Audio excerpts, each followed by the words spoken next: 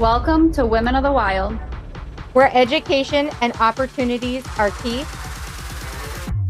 And friendships are made to last a lifetime.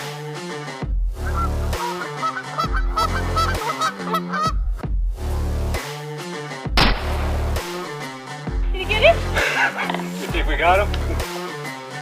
You think we got him? We got him. All right, Skylar, what do we got here? We got a nice looking rip-off.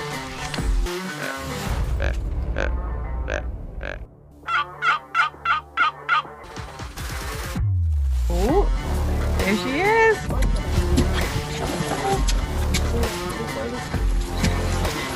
Woo!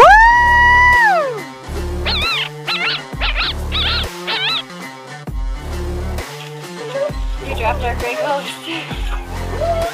Give me a hug.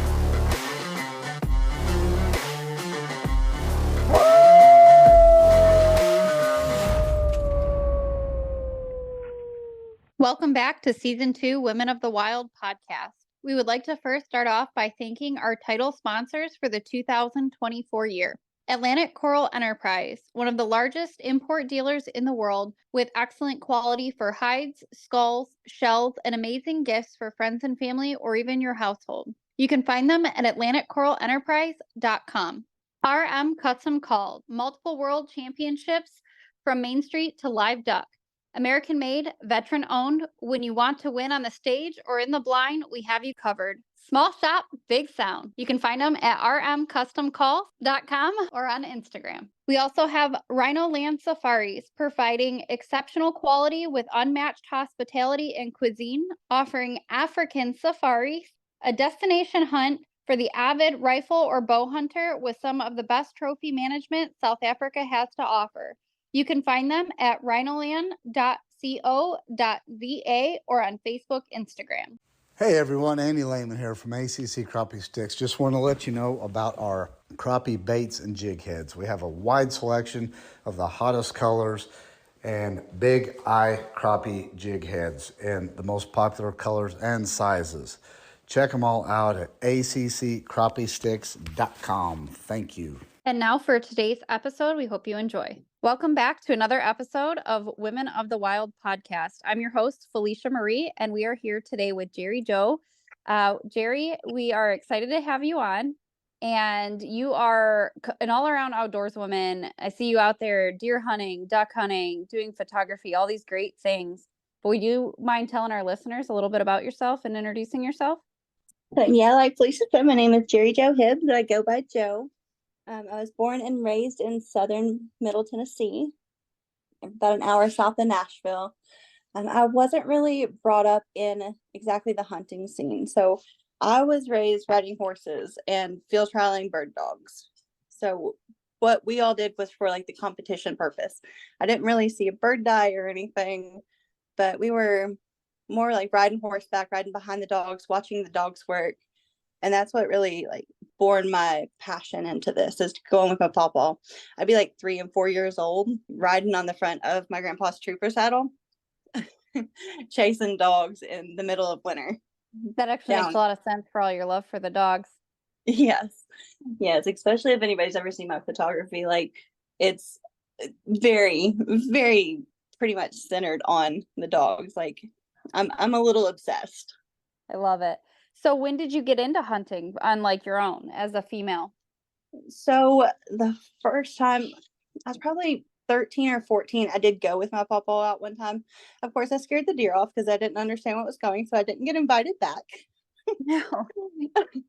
He was like, I'm trying to fill the freezer. You're going to stay at home for the deer hunting part. But I was always welcome to go chase the dogs. So that was the first time I really went hunting. And of course, we would like squirrel hunt in the backyard with a BB gun. One of the best stories. My cousin was shooting squirrels with the BB gun, and he went to go pick one up, and it actually came back alive in his hand. And that thing jumped like a spider monkey onto his face. And I've never seen a 16-year-old boy scream so loud. Oh my God. It was fantastic. Oh my God. I can't even imagine. Yeah, I was the youngest of like 6 grandkids, and I got picked on a lot because I was always the crybaby. and like I'd get left outside during hide and go seek and things like that. So watching that squirrel like attack his face really made my life. You're like revenge. Yeah, so it's like this is karma at its finest. I love it. So Gerri, you are this avid outdoors woman, and you are like out waterfowl hunting and deer hunting and all this stuff now. What does your seasons look like for you now? So now it is much crazier. I killed my first deer when I was like 21. After that, I kind of tapered off and kind of lost how much I enjoyed it. And then when I was 26 or 27, I started deer hunting again, like on my own, just to get out there and do it. And wasn't very successful. I think I killed another little small buck with my bow. And then one of my friends said, "Hey, you want to go duck hunting with us?" And I was like, "Well, I don't have anything else to do." "Yeah, I do. That'd be really cool." And I was like, "What all do I need?" And he started naming off all these things, like you need waders and all this stuff. And I was like, "I have muck boots, pants, and I'm not sure what else I need." He's like, "You're good. Just get your shotgun, get some shells, and come on. We'll make sure you're taken care of." And I remember we were hunting public land in Tennessee, and which is not great. Like southern middle Tennessee public land, not great. And it's kind of stemmed from there into me hunting every waking minute of season pretty much. So normally we start in North Dakota. I did miss it this year. Unfortunately, that broke my heart because that's one of my favorite places to hunt in the entire world is North Dakota. We'll start in North Dakota, and then I'll normally hunt Kansas with some friends, Missouri with some friends, and then come back down to Arkansas. I kind of just gave up on like Tennessee because once you come to Arkansas for the first time after hunting southern middle Tennessee, you're like, okay, that's not where it's at. You live in Arkansas now, right? Yes. So I just kind of picked up and moved when I was, how old was I? 29, 28, 29. I recently separated and came to my first Arkansas duck hunt on one of the girls' hunts and fell in love with it and went back to Tennessee for another year and was sitting there. And that next season, one of my best friends actually owns the guide service that I went for the first time. And Scotty Lehman, he's fantastic. He owns the Elk River Outfitters, sorry. And he was like, you're welcome to come out anytime, run the camera and hunt. And just, he has taught me more than I could have ever asked somebody to. He has been the best mentor and just best friend that I could have ever asked for. So he's given me a lot of opportunity to work my camera in it, figure out what I need to do there, and then just teaching me so much about hunting. And now I'm just kind of like a little public land junkie. So are you still working with him, doing your camera work and everything? Yeah, I'll go up and help him a few times a season, and especially if he's got any clients that are wanting any camera work done, I'll go up to Northeast Arkansas. It's about a 2-hour drive for me now, so it's not bad. It's much better than a 6-hour drive from Tennessee to Arkansas. Mm-hmm. And I'll go up there and run the camera for him some.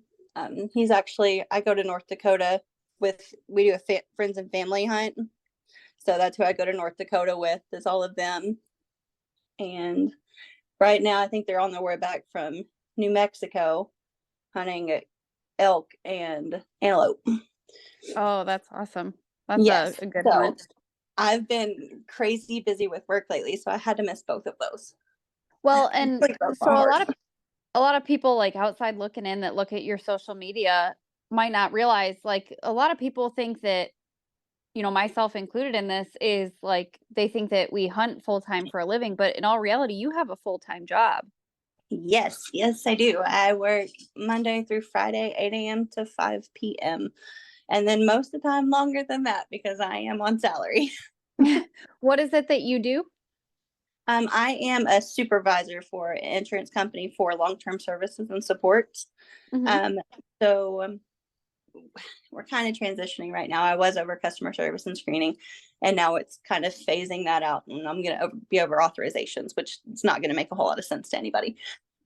Yeah, no, completely understand that. I work for a hospital system and I do prior authorizations for a men clinic. Yep. So completely understand where you're coming from. You're like opposite side of the spectrum of what I do. So it's kind of neat meeting other women, and it seems like a lot of us outdoors women are in the medical field, and a lot of times we got girls that we don't really showcase what they do for a living. And I think it's because you have so much of a passion for the outdoors that if you're going to showcase something, it's what you're passionate about, right? Not that you're not good at your job, not that you don't care about it, but like it's just a different type of passion. And I know, like, as an outsider looking into like your profiles and everything and your presence on social media, people probably think that this is what you do for a living, but unfortunately, passion doesn't pay the bills. So until then, this is like a hobby for you that you're out there on the evenings and the weekends doing your photography, doing your hunting, and just being a huge contributor to the outdoors. Yeah, and it is kind of crazy how many people think I do photography, just solely photography. And I'm like, no, hunting season is only generally from September until about February, maybe March, April if I'm doing turkeys. So, and all of my stuff for photography is pretty much in waterfowl. So I've got 60 days pretty much to make any kind of money that I'm making off of photography. So Right. no, I work corporate America to pay the bills and pay for my expensive hobbies. Yeah, it's difficult because like you want to get out there all the time, and then you got to be an adult sometimes. Whoever decided to make us adults, you know?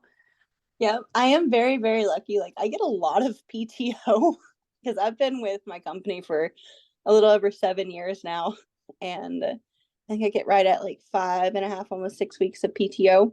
And I hoard that like a squirrel with it for hunting season. So my boss was like, you need these many days off this close together. And I was like, yes, because we Yes, don't have a please. payout. Yes, please. We don't have a payout. I have to use it or I lose it. Right. Well, I mean, it's fantastic though. Are they super supporting of what you do in the outdoors? Yes, actually, my manager now, whenever I first started at the company that I work with, my manager is actually the one who gave me advice on buying my first camera. Oh, So that's awesome. she is always bragging about me and like being so supportive of my photography stuff. And she's like, I helped grow this. So it's really cute. She was talking about it today on a meeting. So what is some of the hunts that you do photography for? We'll go ahead and dive into your photography and what you do and how you do it and everything. Yeah, so my photography stuff is all under Wild One Outdoors. I was actually sitting there scrolling through a name for my business a few years ago, and one of my buddies, Logan Sampson, he said something to me, and he said, "Okay, Wild One," and I was like, "That's it. You just named me." So Wild One Outdoors kind of took off, and I started chasing birds like every waking second. Birds and dogs, which the dogs wasn't anything new to me. Been chasing dogs for a long time. Just a different kind of dogs, a different kind of setting. And started out in the rice fields and things like that up in the flooded fields in northeast Arkansas with Elk River. And then, which I think they've rebranded and they're legacy fowlers now. I just thought about that.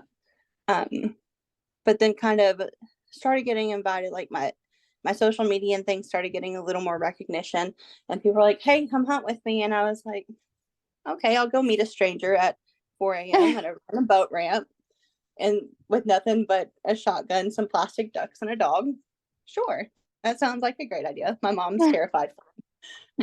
And one of those hunts was my first flooded timber hunt, and that was with Robert Culsa and Ashley Culsa, his wife, and they're fantastic people.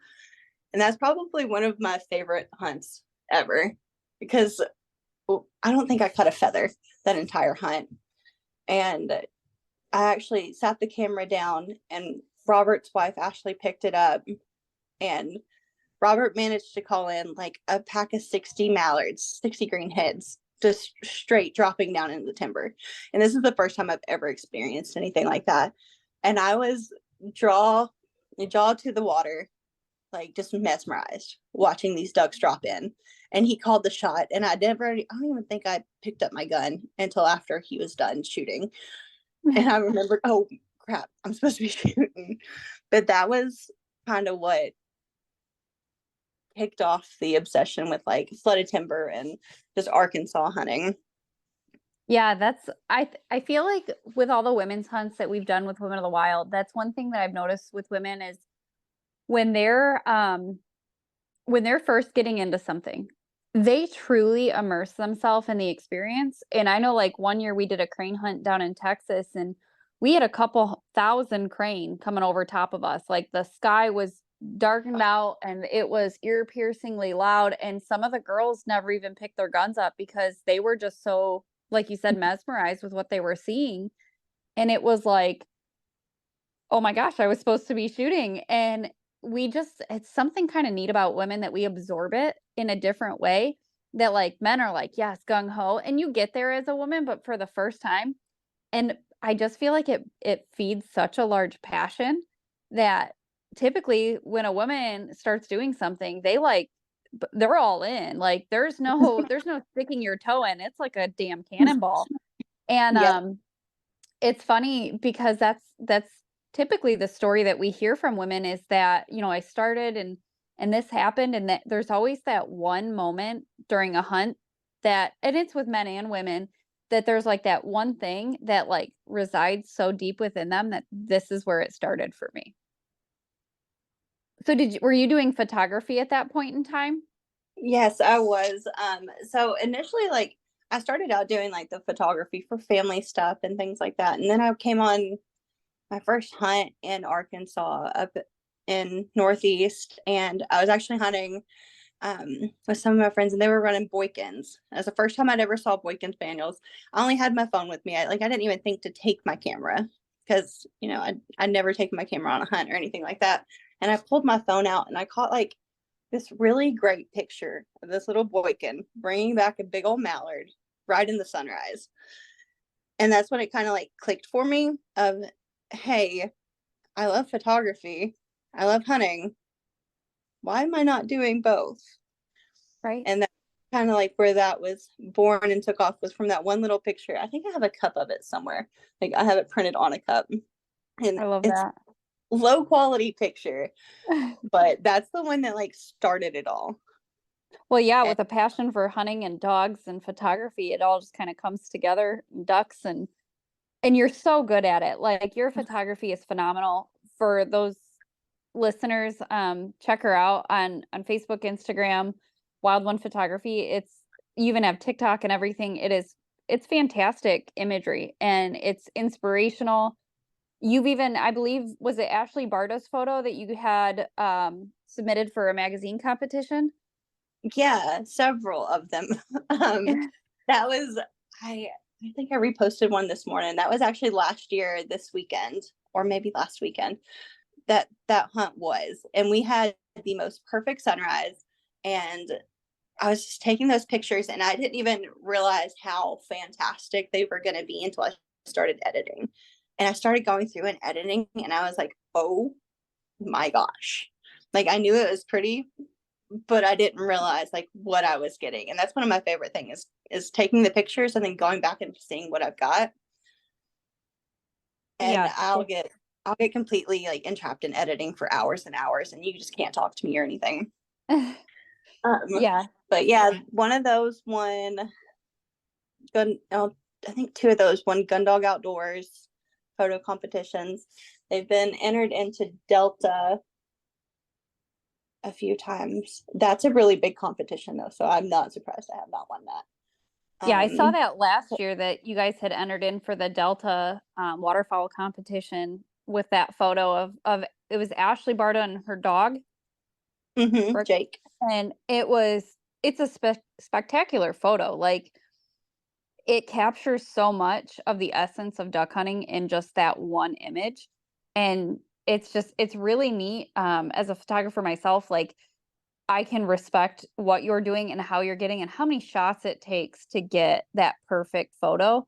But when sunrises or sunsets line up and you have like dogs are, when you have a good photogenic dog, it's just so much fun and you can't help but keep clicking that camera. Yes. Yes, I'll go through 5 batteries in a morning. Oh my gosh. I've always had that struggle of like, I see other photographers and they're like, click, click, click, click. I am that person that like, I wait for that shot. Like I might end up with like, when I went to Africa, I brought, I want to say like 5 SD cards with me and I didn't even fill one. And then when I got back, I like regretted it that I'm not that like clicker type of person. Like I'm very much like settle in. There's like 1 or 2 images of that one thing and it better have been good because if not, I didn't get it. That's what I struggled with at the beginning, was trying to wait for that shot, and then I would miss it a lot, or something would be off, like my aperture would be off, and something would be off. My shutter speed was off and it was a little blurry, and I got into the habit of just take the picture and you can sort it out later. I think the morning of that hunt we were just talking about, I think I took around 400 or 500 shots, which I don't even think I actually ran a battery down. But when the dogs line up and the birds line up and the sunrises and sunsets, there's just really nothing that can beat it. So what is your favorite bird you've ever captured on photo? Oh, photo. One of my favorite photos I've had has been of one of my favorite dogs on the planet, Avery Jean, carrying back a mallard. It was one of the first the first season that I really spent the whole season out here in Arkansas. She brought this mallard back. It was a cloudy day, so my lighting was perfect. And it, like, you caught the water speckles coming back and she's just looking so serious. I love that picture of that mallard and her. I do have a really cute picture of Darla bringing a coot back because don't judge me. Sometimes we shoot coots when there's no birds. Yeah, absolutely. Everybody loves a good coot shoot. That was a photo I got a bunch of backlash for this year. We posted with my photography business, we posted a single coot photo of it like walking, and everybody's like, all these birds, and that's what you're gonna showcase. And I'm like, they're still a spectacular bird and they're cool. Like if nobody's ever seen a coot foot, please look it up. To the listeners out there that you might not know what a coot is, it's COOT. Look up their feet. They are the coolest things on this planet. But they got those red eyes and those white beaks, and they're just kind of neat animals. And the way they don't actually like fly, they just kind of pop across the water. Like they'll fly, but they don't go far. Well, and I mean, they're beautiful animals and they're spectacular to watch. They're terrible. So I'm all about coot shoots. For those that don't know, coots are big nest raiders. So they're invading and taking into like duck nests and things like that. And it's prolonging any type of duck efforts that are out there because they are nest raiders. But those coot shoots are so much fun. They're really great. We use them a lot for kids, getting them intro to waterfowl because they're a little bit easier to hunt. They're typically like right when that sun starts to break, they're already coming into the spread, and they don't, like you said, they almost don't fly in. They kind of like swim into it, and then they'll do that like little putter up off the top of the water. So they're a little bit slower than a duck, especially like here we do diver ducks, but coots are a fun bird to hunt. They just don't go far once they do get up, and they generally come back too. Yes, yeah. They're not very, I don't know if it's an intelligence thing, but I'm going to go with they're not very intelligent because you'll shoot into a group of them and they'll come right back in 20 minutes. But I absolutely love everything you're doing, and your photography is just absolutely stellar. And you do more than waterfowl. You've had some deer photos and things like that I've seen. And is it something that anyone can reach out to you if they wanted to have you out on a hunt with them or anything like that? Yeah, definitely. I've started like kind of moving over towards the videography side, trying my hand at it. Of course, photography is what's got my heart. And so trying to move towards like a videography side, but it is a whole different world. Like it's been a lot more than what I expected. My friend Jessie Groton has been a fantastic mentor for like the videography stuff, and she takes time to teach me. But yeah, the photography stuff, if you're wanting pictures taken before, after, during a hunt, just to like memorize. There's one big group of guys that does father and son hunts every year down here in Stuttgart, and I got to go out and I did like a 2-minute film and then did photography through their whole hunt. And I got some of the best pictures. And that's like what it's all about, is seeing the kids love it, capturing those moments. And that's something they're never going to forget. Oh, absolutely. The youth hunts, to be able to get out and go, like we do a lot of those for pheasant hunts with Women of the Wild, is we do a lot of the youth style hunting, and capturing those photos or like being just present during those hunts is so much fun. That's one of my favorite things, of getting like the kids out, or getting women out who have never done it before. Like I've dragged some of my friends out, and just people who have reached out to me and been interested in it that have never got to do it but think it looks really cool. Like some of my friends from the will reach out to me and be like, hey, can we do this? I'm like, absolutely. Just be ready to throw a paycheck down. So where can our listeners find you for your photography? Other than the wild, do you have anything like online for them to find you? I don't have a site or anything up. I do everything off socials pretty much. Okay. I kind of took a step back a little bit from it last year because I just got my dog back from the trainer and things did not go as planned. So I kind of took a step back last year and backed off of like the business side of it a little bit to work with her and get her where she needed to be. And we're good to go now though. So I'm going to kind of dive head first and go into it this year. I haven't even thought about getting a website up. I really do need to do that. Yes, you do. Your photos are beautiful. And so as we mentioned earlier, if anyone wants to get in contact with you about a hunt or get their photos or videography done, it's that Wild One Photography on Facebook, Instagram. We're going to roll into a short break and hear from our sponsors, and we'll be back to hear more about Gerri Joe.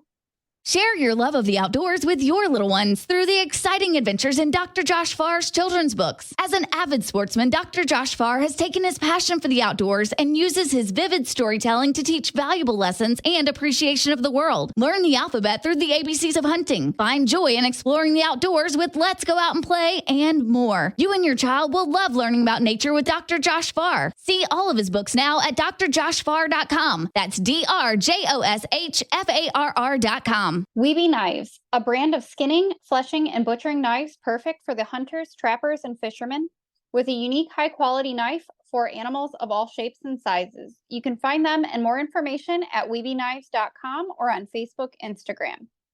Stonehouse Digital Consulting. Elevate your small business with Stonehouse's expert marketing solutions. Ignite your online presence and thrive with a tailored strategy to drive your growth. You can find them and more information at stonehouseddigitalconsulting.com or on Facebook, Instagram, or LinkedIn.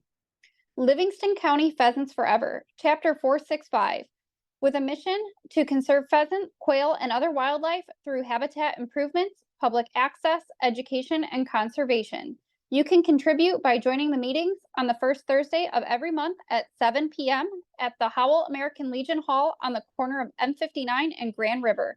For more information and to get involved, you can find them at pf465.com or on Facebook, Instagram. Dreamcatcher Charters, a Michigan-based guide service for walleye, sturgeon, and duck hunting, with a passion that drives their success, sharing the phenomenal Michigan waterways with everyone. You can find them on Facebook, Instagram.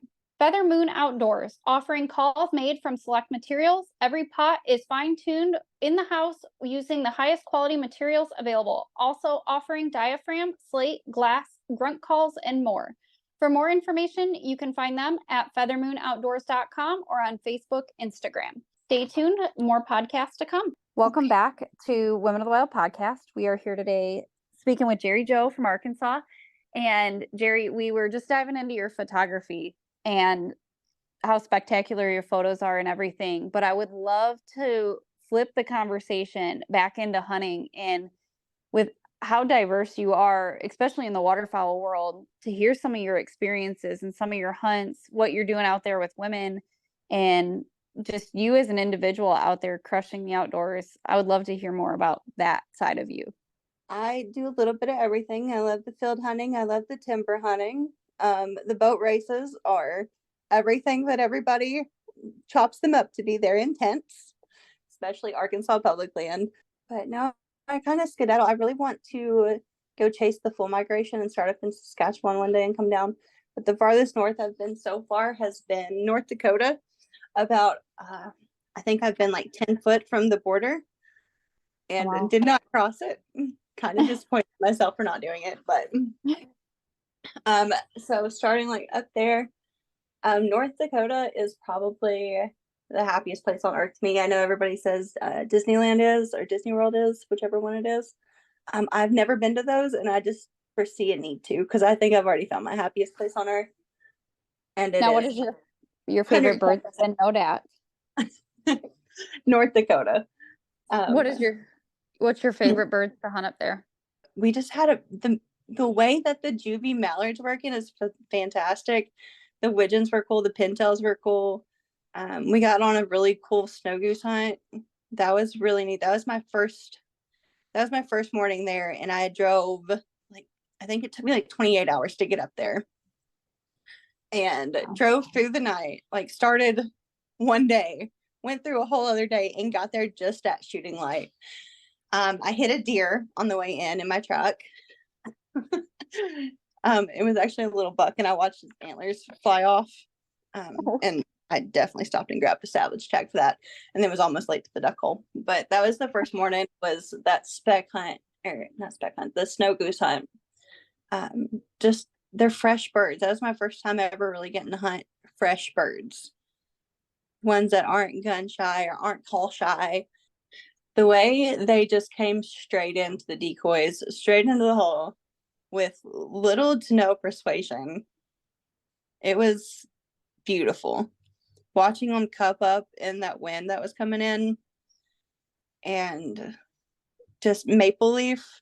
It's something I got a little like clip of it on film, and this one wasn't even a massive group, the one that I got on film.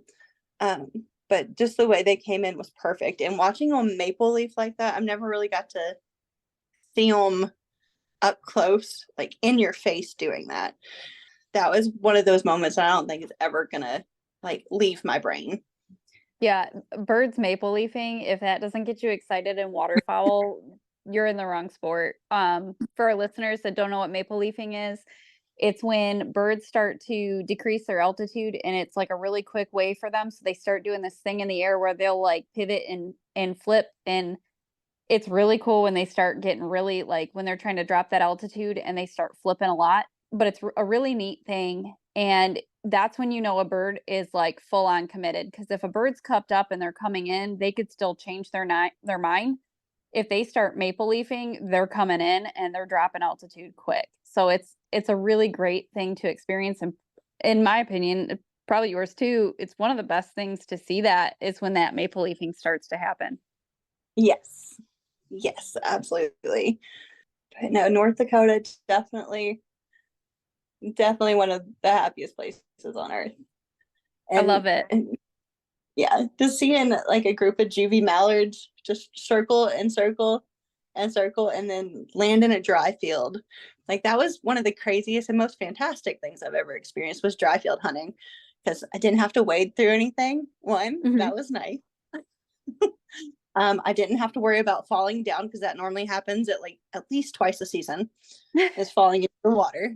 I'm clumsy. So that was really nice too. That was a different experience. I was just gonna go into like hunting Missouri. I've hunted Grand Pass in Missouri. That was pretty cool. That was a spoony beat down. I was kind of not expecting that, but it was a spoony beat down, and I was not mad at it. I love it. So what you do ducks, you do geese. Like is there any bucket list bird that you're still looking to get out there and chase? I really want an eider. I think that's on everybody's The everybody's kings or bucket list. common, probably kings and commons. Mainly the kings. I want one on the wall. Weird fact about me, I still don't have anything mounted. I don't know if it was like just the way Papa instilled it in me that we hunt for meat and we don't hunt for sport. And then I've become like a really big duck hunter, and there's not a whole lot of meat, but it is really good. But I still don't have anything mounted. And That surprises me. Yeah, I want the first thing that I do break down and get mounted to be really, really special. So I've already got my first band. That was a snow goose during conservation season 3 years ago. That was a cool experience. That was in Northeast Arkansas. And that was a solo hunt too. So I was out by myself. That's the best to get a band though, because you don't have, there's no fighting over who shot it, and it's yours. It's so nice. Yeah, that couldn't have been any more special. Unfortunately, it was a little too warm and the bird didn't keep before I could get it in the cool. So I do have the band though. So what was the information on the band, that bird? For the listeners that don't know, do you want to explain to them what banding is and like the information on that band? Yeah, so birds are banded to kind of track where they're going, where they're migrating, how old they are. They're banded in one place. And then when you shoot a bird with a band, you take that number or ID or tracker, whatever is on however the bird's banded or marked, and put it into the registry. And they'll send you a certificate back with all the information about where the bird was banded, an estimated year of when or how old the bird was banded and when it was banded. And it's just really neat information to be able to kind of see how far that bird's traveled.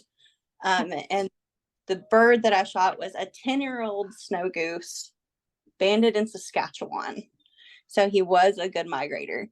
He came all the way from Saskatchewan to Northeast Arkansas.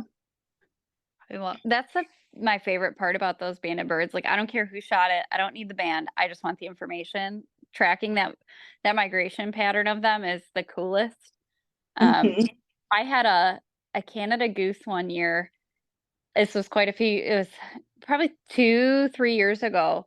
It was early season.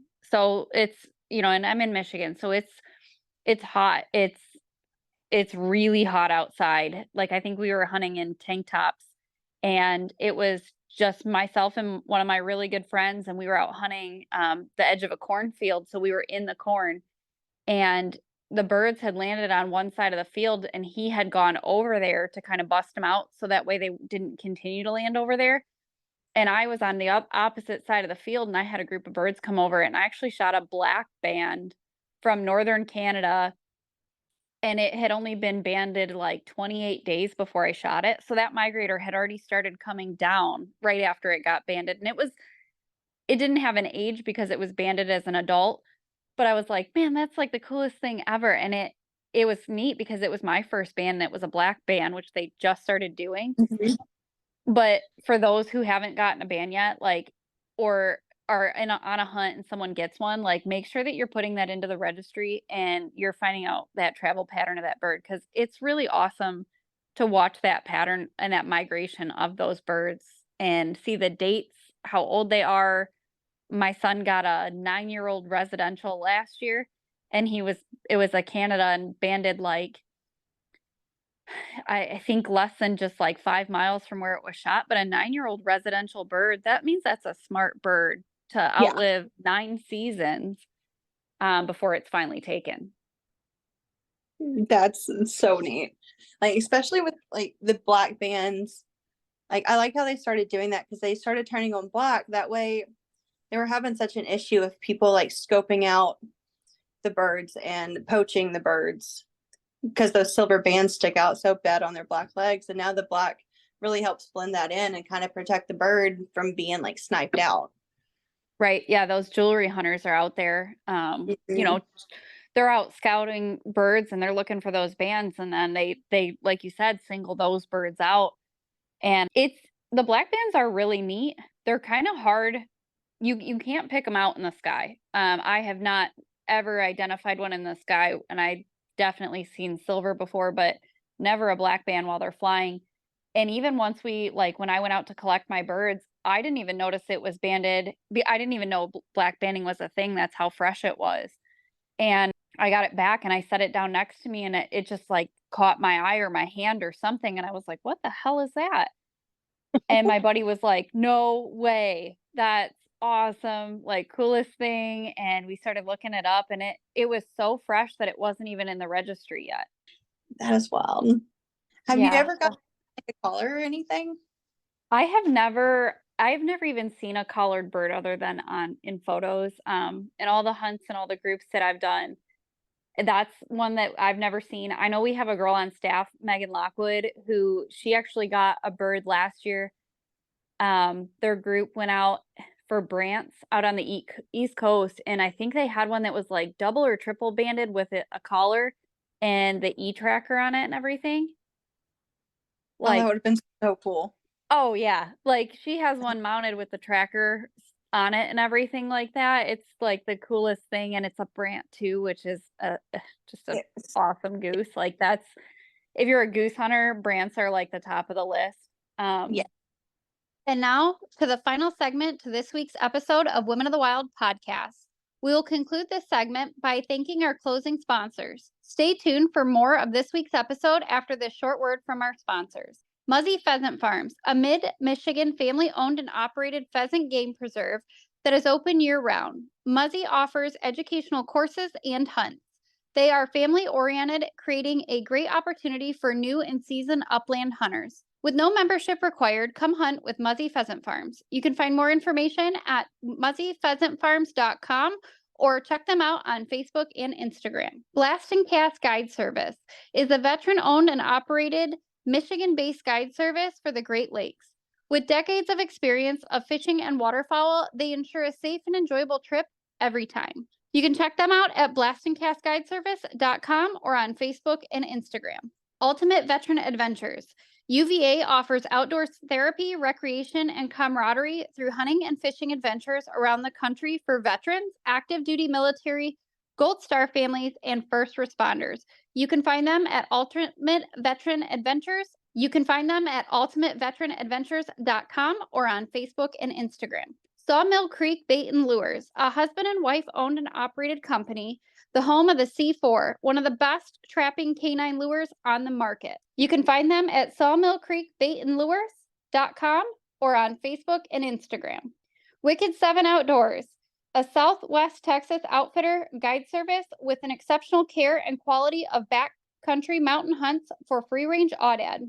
Also offering high fence and low fence exotics, come immerse yourself in the outdoor experience. You can find Wicked 7 Outdoors on Facebook and Instagram. Misguided Outdoors is a female-driven Michigan-based guide service offering turkey and waterfowl hunts. Misguided is focused on educating women and youth, providing a hands-on hunt experience for all ages. You can find them on Facebook and Instagram. We thank you for tuning in, and we hope you enjoy the rest of this episode. So what is like your bucket list aside from an eider? Because that one's kind of like, I don't want to say unachievable. It's just a harder one to get. Yes. What are some of the birds you already have checked off? Are you working towards a grand slam, or do you have more that you're working towards? I don't really have a grand slam or anything that I'm working towards. I do really, really, really want, what is it? Eurasian wood duck. Mm-hmm. They're so pretty to me.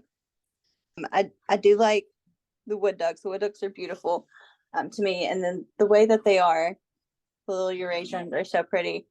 And then I've already checked off my cotton top. That was actually the first bird that I shot at last season. And that was kind of wild because I was not expecting to see a widgeon, one, that early, two, and with all these gaddies. And like we were sitting there talking, and the guys had pretty much either gotten close to limiting out or they were getting ready to leave. And this one bird like was flying over the top of us. And I was like, hey, shoot that bird. And nobody pulled up. And I finally waited for it to get in my shooting lane. And we were just hunting on the bank. And I pulled up and folded it in one shot. And that was like the first time, because I was running the camera most of the first opening day last year. I folded him. And I was like, Yes, mom still got it. Excuse me. So I got him last year. He really just, where as much as I'm in like the rice fields and in timber, you really don't see widgeon a whole lot down here. I think we got one widgeon hen in North Dakota one time. I haven't had a whole lot of variety.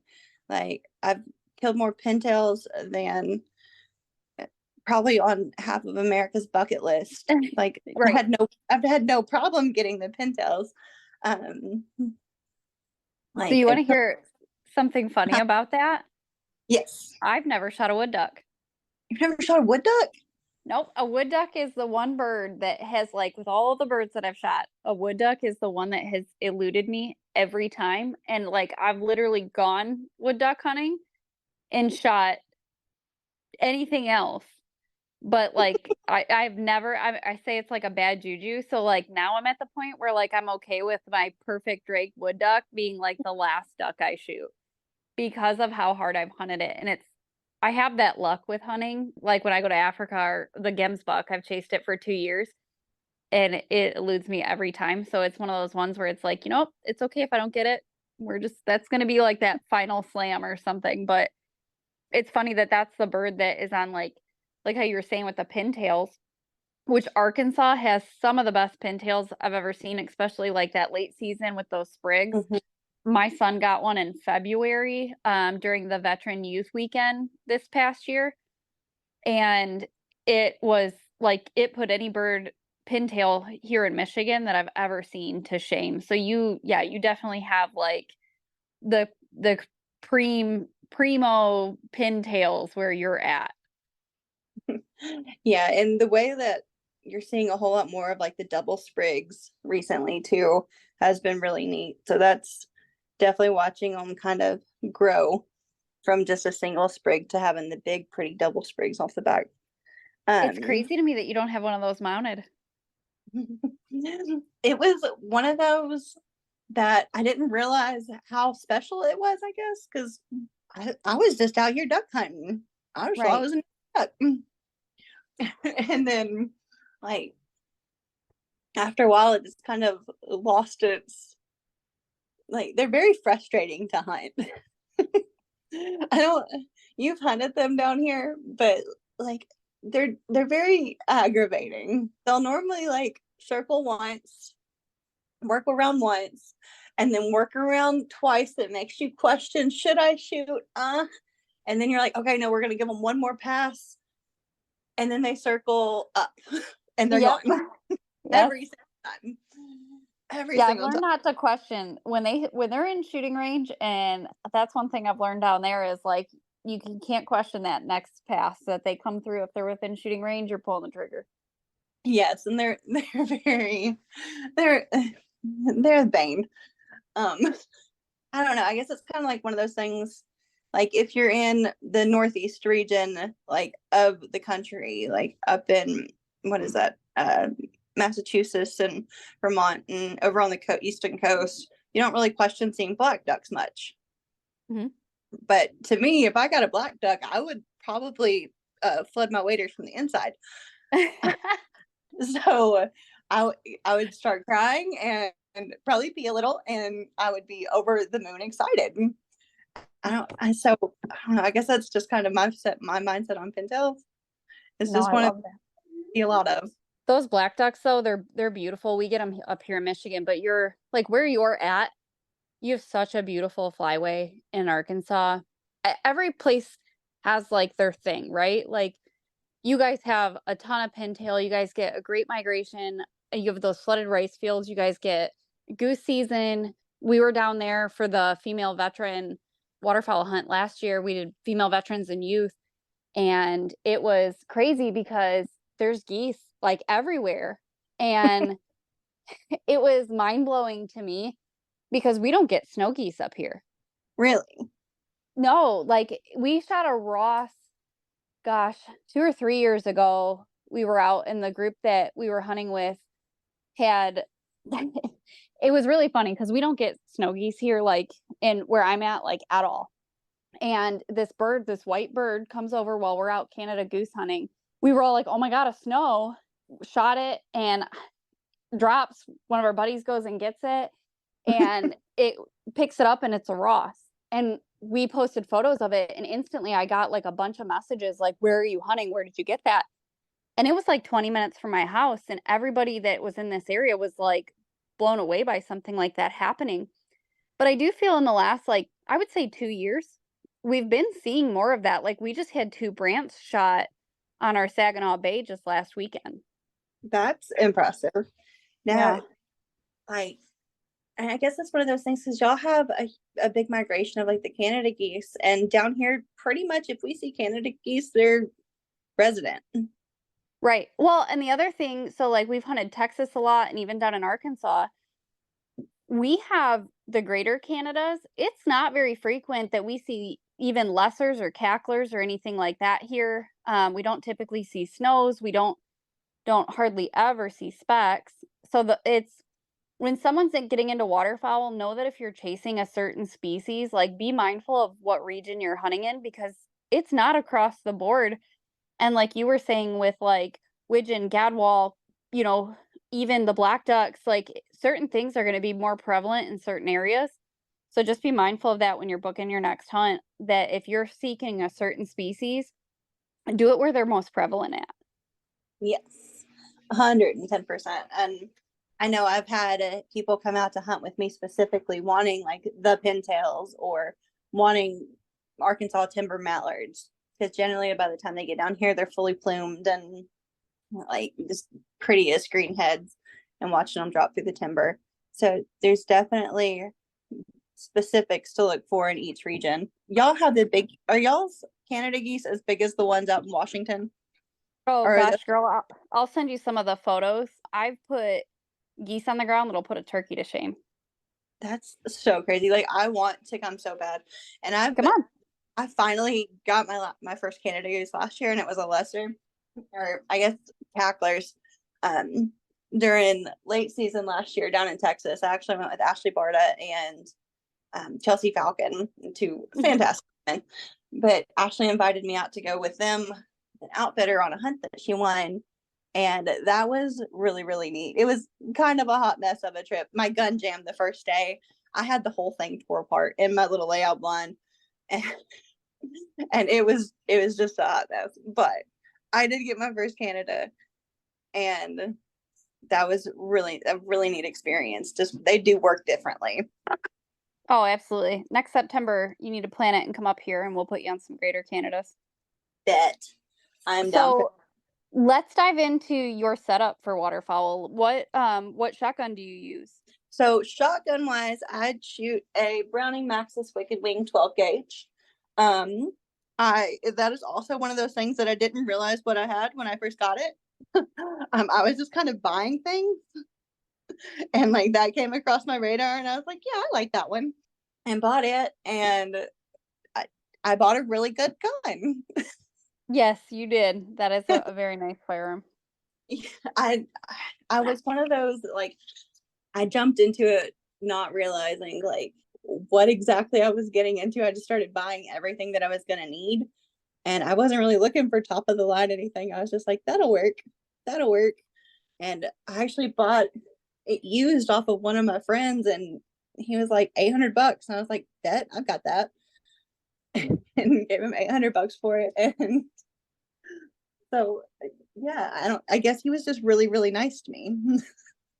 That's a nice gun to have, shotgun. What are you using for shells and everything? Do you have a specific brand you kind of cater towards? A lot of the times it's just kind of a concoction of whatever lands in my bag. I really like the Boss shells. They're very expensive. But I do really like Boss shells. So they are worth it. Yeah, I'm a big fan of Boss. A lot of people say you don't need it. And for the listeners that are maybe inexperienced with waterfowl, you have to use non-toxic shot. What that means is you have to use steel shot. You can't use lead. Boss it's a Michigan-based company, so I'm a big fan of Boss, but they're copper-plated bismuth. They shoot like lead, but they're a non-toxic shot. So they are a little bit more expensive. There's only like 20 rounds in a box. But I agree with you. That's who I typically lean towards. Not to say that I haven't had other brands kind of land in my bag sometimes, especially when we went through the quote unquote shortages. It was whatever you could find on the shelves. If I got a hunt, I'm not going to be brand specific if I need ammo tomorrow. Now, do you have preference when you're hunting geese per ducks of what shot size you like to use? Yeah, if I'm shooting geese, especially like the bigger geese, and just depending on what setting we're going to be in, I'm pretty much going to use BB or 1, maybe 2. For ducks, I like 3-shot. So, and then either 3-inch or 3.5, because I'm not opposed to blasting something with 3.5 at all. So why not use it if you got it? Yeah, when I first started in waterfowl, I was all hell bent on using 3.5s, and now I stick with the Boss 3.5 stack load, Yeah. 2 3/4. I'm 100 pounds soaking wet, so for me it's that how hard a shotgun rocks me. I use the Winchester SX4, and I prefer gas over inertia firearms. So being a smaller framed, I've had issues in the past with inertia, not recycling and my gun jamming. And I actually had a Stoger down in Oklahoma a few years ago. I was down there with Colleen. She goes by the Duck Lady. And I had a bunch of girls from Louisiana, and my shotgun seized up on me in a sandstorm while we were hunting sandhill cranes. And I was like devastated. And Mike Gila, the guide with Run Amok Outdoors, was down in Oklahoma, and we were doing the cranes with him. And he's like, "Girl, just take my gun. There's no bead on it, but she shoots true." And I was like, "Oh my, like worst possible scenario, right? I'm after my dream bird, and my gun's jammed, and now I got a shotgun with no bead on it." And after that and that issue, I was like, "All right, I'm done with inertia. I'm done with Stoger," and I swapped over. The Browning Wicked Wing was one that it was definitely high on the list, but I ended up going with a gas gun and going with the Winchester SX4. And I found that there's certain shells that don't really work well. Like I love Migra shells as long as it's not being shot through a Winchester. So I swapped back to Boss, and that 3.5 stack load is pretty much some of the companies are starting to do more of that stack load. I prefer that, and I prefer the copper. I've shot some tungsten, which I really liked as well, but it's all preference and it's price range. Heavy shot's great, and it's all just kind of like you said, it's what lines up and falls in the bag and what you can find sometimes. Yeah, but I agree with you. I am through and through. If I'm not using Boss, I use BB on geese, and I typically use 2s or 4s on ducks. Just because, and typically I'll have both in my bag because you don't know. We did a hunt last year this year in January, 2023. We went down to Texas. We were in Lubbock with Open Plains Outdoors, and the outfitter and I were talking about all the cranes and everything, and the reservoir that all the cranes were in the night before. He's like, "Girl, you want to do ducks and geese? Because I have a ton." So I asked the girls, I said, "I know we're here for cranes, but do you guys want a chance at ducks and geese?" And it was hands down across the board. The girls were like, "Yes." Well, we ended up shooting an 11-man limit of geese in like 2.5 hours. And we had, I want to say 6 or 7 girls who were like new to waterfowl, and some who had never even shot a shotgun. So to me, that was super impressive. But I had warned them, I'm like, "You're not going to want to shoot BB at ducks." Because we thought we were going to shoot ducks too. We ended up having just a slaughter fest of cacklers and lessers, but it was just a spectacular thing to see. But we had that conversation, and that's something that's frequently brought up with women getting into waterfowl, is they're not familiar with shot sizes and shotguns, and which leads me to my next question. Do you use a choke? Are you more modified, or using full, or do you have a specific brand you prefer? I actually use a full. It's kind of rested into my gun right now, so that's why it's not being changed. I really need to boil it out. But for like temper and stuff, I do generally not use a full. I'd rather use modified or something a little less constricted. But yes, I do need to boil it out. Generally, if I'm changing chokes out, I'm going to use a Jebs. So I'm pretty loyal to the Jebs chokes. Now, you prefer the Jebs, you said? Yes. Okay, so you're not using the ones that come with your gun? The one that's rusted into my Maxis right now is the one I'm pretty sure that came with the gun. I have never been able to get that sucker out. I've tried everything. The one on my Snow Goose gun, which actually still has the extension and everything on it, I just keep it on there. It's a Beretta Extrema. It's got the Jebs on there. That's the full? Yeah. Okay. Jebs full. Yeah. Because a lot of times with geese, you have to reach out there a little further. Yeah, right. Yeah. So for the listeners, Gerri, I don't know if you want to dive into it or I can, completely up to you, of what a choke, like what the different chokes are and explaining that. You can go ahead. Okay. So for the listeners tuning in, who's wondering what a choke is, I know like in the past, we've done events where women have asked like, how do, like, even down to how do I put a choke in my gun? So we've done videos, instructing on that.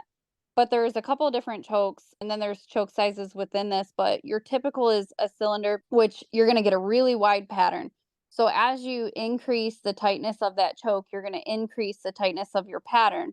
And you go to like an improved, modified. Modified is pretty much the standard that we tell new waterfowls to start with, because it, like you said, it's got a little bit more forgiveness, and it's, the biggest thing is building that confidence. So I always tell girls, like, when you get a shotgun, take it outdoors, and I use white paper plates, and I'll put it at 20, 30, and 40 yards, and I'll shoot it. And that way you can visually see how your pattern opens up.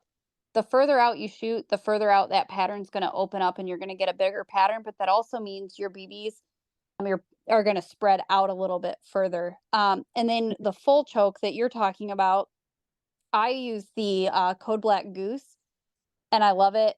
Full choke is going to be a really tight pattern. You're going to be able to really reach out with that one, and it's gonna stay nice and tight. So I joke around, especially shooting boss load, that it's like heat seeking, because you're shooting like the size of a softball at 30 yards on a really tight pattern. And if you're good and you got a good aim, you're gonna be like, I dropped a redhead 2 years ago out in the marsh at like 60, 65 yards and just pillowcased him. And it was one of those ones where I was in the blind with a group of guys, and he kind of like came around us twice. And then on the third time he came around, and they were all still loading their guns, and I got my gun up. I was to the far left, and he spun around, and I pillowcased him, and I was the only one that pulled the trigger. So there's no dispute of whose it was. But that full choke, it's not something I tell women to graduate up to until they've gotten like zeroed in with a modified in. And then after they get comfortable with a modified is when I'm like, okay, now is when you should look into Jebs. Is a really great brand that I've recommended to a lot of women. Code Black Goose or Duck, depending on what you're hunting, is another really great one. The Carl's. Avian X, I don't know if you've seen that one, but Avian X has a pretty slick choke out now that it seems to work really well. But those full chokes, once you've exceeded to where you're comfortable with a modified, it's great to bump up to that. You're going to be able to reach out a little bit farther. You're going to get a little bit tighter of a pattern, and you're going to be really successful once you build your confidence. Yeah. And then when you get to like the Arkansas snow goose conservation, when the birds are wanting to stay 100 yards up, you can move up to extra full. Yes. Yeah. So it's kind of neat to like get into that more technical end of waterfowl. What is like your gear setup? Like, what is it that you're wearing out? That's a big question we get, is like, I'm getting into waterfowl. What gear is the best? What should I buy? So can you tell me a little bit about what you wear gear wise? So gear wise, my waders, I have the Gator Wader Shield Pro, and they are, I like them because one, they have the sizes that actually fit me. I have a round body and a little foot, and those things are kind of hard to find. Like, I can't wear the men's waders because my feet slide out of the boot, and Gator Waders has really great product in the Shield waders. I can get the 2X body with the size 8 boot, And as long as I wear thick socks, I'm good. Because I normally wear like a 6.5, maybe a 7 shoe. Mm-hmm. So that's what I do wader wise. Getting started, I wouldn't advise going out and buying Sitka, but I also really, really would if you have it. Just bypass that. I think the first time I came to Arkansas, I was so nervous coming out and meeting all these women. And I was like stalking their Facebook profiles. And I remember like my friend Linnea, we're friends now, she had a kudu on her profile picture. And I was like, I don't even really know what I'm doing. And I'm going to hunt with these girls. So I went out and bought like a whole bunch of gear. And it was like a Drake jacket, which is still a fantastic jacket. And I still have it somewhere. But it's a really good like windbreaker jacket. And that's a really big thing, is just finding the right type of gear for the conditions that you're hunting. Like right now I run Sitka. Other than my waders, I've got the gradient pants, Dakota pants, Dakota jacket, Dakota hoodie, gradient jacket, zip up jacket, all of the base layers, everything's in Sitka. And I did just go ahead and drop the money and invest in that stuff because of how much that I do it. Mm-hmm. If you're kind of like a hobby hunter, I wouldn't like advise just going out and dropping the money on Sitka. But if you're doing this and need something that's going to last and you're out in it pretty much every day of season, starting in October all the way till March, the Sitka is definitely 110% worth it. Yeah, that's kind of my go-to as well. I have that motto of buy once, cry once. Mhm. So like Sitka to me is when you're getting into water repellent, wind resistant, it's done me very well. And even exceeding that, like I've had girls come out and they want to get into fly fishing, but they also want to get into duck hunting, where I've told them like just buy duck hunting waders and use them fly fishing to make sure it fits for you before you go buy fly fishing waders. And you can get like Rogers brand. You don't have to jump straight to it. I really, really wish Sitka would open their ears a little bit and do a women's wader, because they only go down to a size 9 shoe and I'm a size 5 in my shoe. So it that one kind of burns a little bit because you see all these women wearing Sitka, which is great. But like just that little bit more catering to a female body would be fantastic. Yeah. But like their Hudson set is probably my favorite piece of hunting gear that I own, that is probably utilized the most in my household. And their pattern, to me, it vanishes in so many different terrains. Like I use it guiding up here in Michigan. I've used it down in Nebraska, Oklahoma, Texas, but I've also worn it into the mountains doing those guided hunts for aoudad and into like the sheep, getting into the mountains. So my biggest thing is, you're right, like find what fits your body. Not every manufacturer out there, women have curves, and there's not a lot of brands out there that cater to that. But also be conscious when you're purchasing your gear for waterfowl that it doesn't have to just be waterfowl. Like, can you use it in the tree stand? Sitka, their timber pattern, Yep.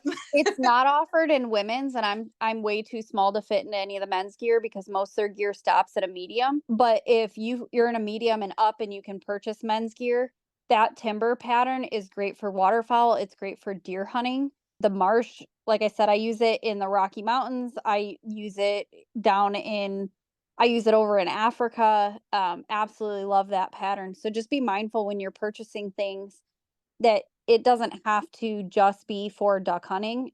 Use your money wisely. You work hard for it.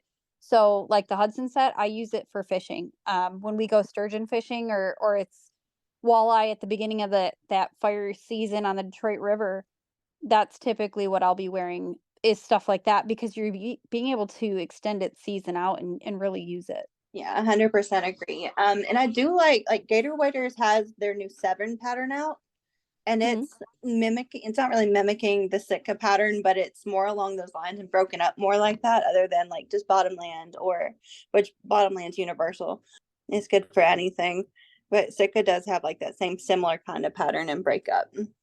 I have yet to use those Gator waders, and I keep saying I'm going to pull the trigger, and I see all these girls wearing them and loving them. Every person I've talked to that has used Gator waders, whether it's the deck shoes, whether it's the waders, has absolutely loved them. So that's going to be the next on my list that I pull the trigger on, is getting some Gator wader material, because that gear. It really seems to outlast a lot, and I'm curious to see how it works. Yeah, that was the first pair of waders that I ever bought. I guess it was 6, 7 years ago now. And they lasted me up until last season. Oh wow. And yeah, and it last season is like when I really like deep dived into the like public land, and I was getting into much rougher stuff instead of just climbing in and out of the pit blinds or field hunting and things like that. So I was getting a little rougher on them, but they did finally give out last year after that long. And I still hunted almost every day before that. It just wasn't quite the same like conditions. So that's why I really like the shield waders, is because it's got like the reinforced knees and butt pads and everything like that. Yeah, I joked last year when I came down to Arkansas. I joked that like you can tell a waterfowl hunter by how many pairs of waders they have to buy in a year. In a Yes. season. I went through 3 sets of waders, not last season, but the previous season. So I went on a whim, like I don't even remember what the name of the store was, but I was I was in northern Arkansas area, that northeast corner of Arkansas. Yeah, in Jonesboro. Yep, just above it though. And we were like, there was just an outdoor store. What is it? Marigold. I don't know that I could recite it even if you told me. But it was a small like mom and pop shop, right, like 20 minutes, 30 minutes north of Jonesboro. And I told one of the guys that we were hunting with, I said, I need waders like today, because I got there and I had ripped the entire crotch out of my previous waders, which were neoprene. So I bought a pair of like Rogers, and I don't do a lot of like hunting where I need waders. I'm a big field hunter. I prefer my feet on the ground instead of on a boat or in water. But it's also because I don't personally have access. I don't want to say we don't, because here in Michigan we have a pretty diverse selection. But I personally stick more to field hunting. Don't really need them that often. But when I do, like I need them to work. So that's where those gator waders, and especially again, another wader that can be multi-use. You can use it for fishing if you're wanting to get into fly fishing or anything like that, or even trapping. A lot of people don't realize if that's something you're interested in, you can reuse it for that. And if they're good quality, like you said, with that reinforced knee, reinforced rear end, like they're gonna last you. Yeah, I will tell you, I don't know if I'm supposed to say this, especially not like on a public setting, but they are going to be coming out with a front zip wader in men's and women. Oh, Upcoming, to stay in competition with the others that are out, like Sika and Sheen. mm-hmm. So if you are looking at them, I think they're coming out in either the next few months or after this season. So that's a really style. Huh? With that new style? Yes. Well, with the Yeah. new style, and then I think with the solids too. I'm not sure what patterns. They also might just be doing bottom land. I'm not 100% sure on that. I had a little birdie tell me that because I was pre-ordering Sheen waders because I went down there and they had really good customer service. After thing, I was gonna have to wait a year and a half for them. So I was like, well, I'm gonna go and buy my gator waders, and then we'll just go ahead and pre-order the Sheens. But then a little birdie told me that gator waders is coming out with a front zip, and I really like that function because as a female, if you gotta go, you don't really have an option. Right. Especially if you're wading to your hips out in timber, like you can hang on to the side of the boat and dangle off, and that's about your option. And that's pretty difficult to do in waders, and try to like stay modest about it. So I really like that front zip option to make it a little bit more accessible and a little bit easier to handle that kind of situation. I guess like I'm trying to picture this in my head, right? Like I'm picturing myself out there hunting with a set of waders that front zips, of how you maneuver that. And I'm still trying to figure out how not to make a mess. So like if they unzip that far down and you're having to like dangle off the side of the boat, like, so down here everybody has like War Eagle, Havoc, everything. It's got like the handlebar or the bar to hang on to. It makes a really great hang bar whenever you're having to go off the side of the boat. So if like they're coming down like with your waders, so mine only let my knees go out so far, and I can't get them like down far enough to really get a squat without. This is getting really, really in depth. Yeah. But no, just the front zip option gives you more room to maneuver without tripping or falling into the water. And like, let's be realistic, as females, it's not as easy for us to do those personal things. Like last year, since we're getting all personal with this, last year I didn't actually have a set of waders with me.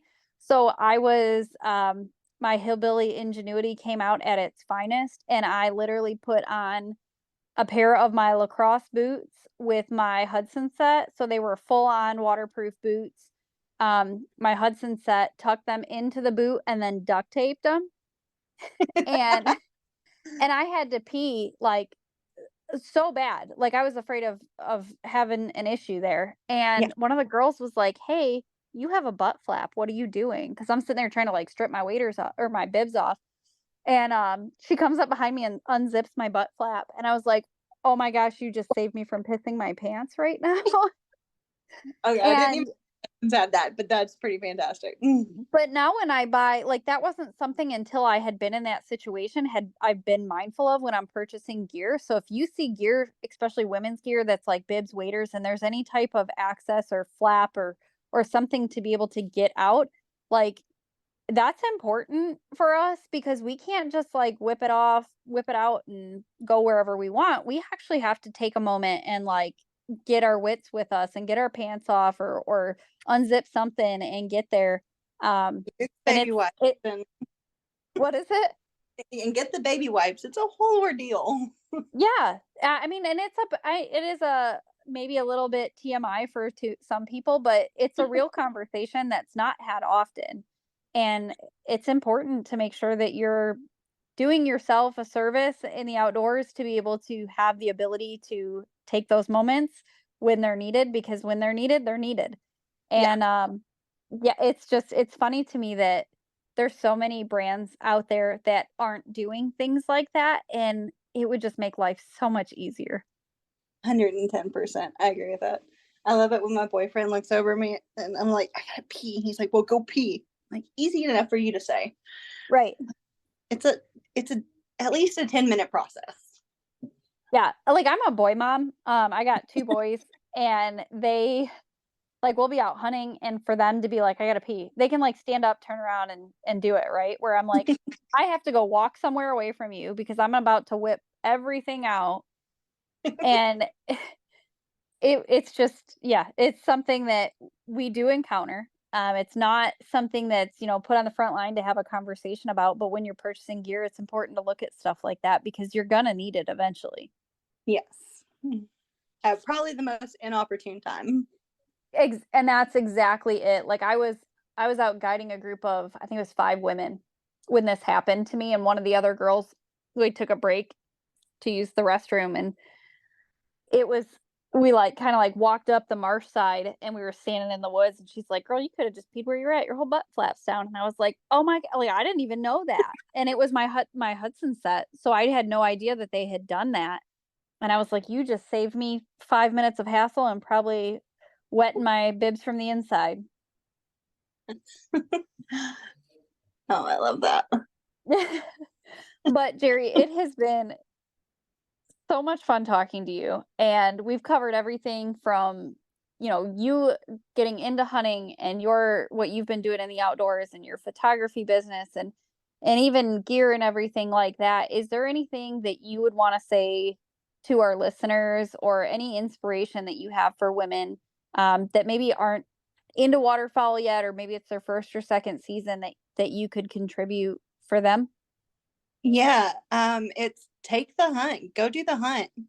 I know what started all of this, like really projected it, because I took a leap and I went on a girls' hunt in Arkansas, didn't know anybody, drove out here by myself, and I took the hunt, and I met some of my absolute best friends, and it has just kind of catapulted me into the most beautiful world that you could ever experience. Like I have got to experience some of some things people only dream about. So if I can advise y'all to do anything, it's take the hunt. I love that. It's a big motto of like just say yes and go do it. And you need to brand that, take the hunt, because that's exactly what it is. Women who are curious of getting into the outdoors and haven't done it. We host them here with Women of the Wild, but there's plenty of other women's groups doing it too. And even some independent women out there who just have this mission of getting women in the outdoors. I highly encourage it to just say yes, take that hunt, get out there, try the opportunity, and you're going to open a floodgate. I call it Pandora's box, because you open a floodgate of women that you didn't know existed. And our outdoors community is here to support you in any way, shape, or form that we can. So if you have questions, there's never a dumb question. The only stupid question is the one not asked. So ask it, get out there. Again, Gerri, I really enjoyed talking to you. It's been fantastic. You're just a phenomenal person. And we're going to have to get you up here in Michigan and put you on a goose hunt up here next year. So leave your calendar open for that in September. September is yours, because I'm down.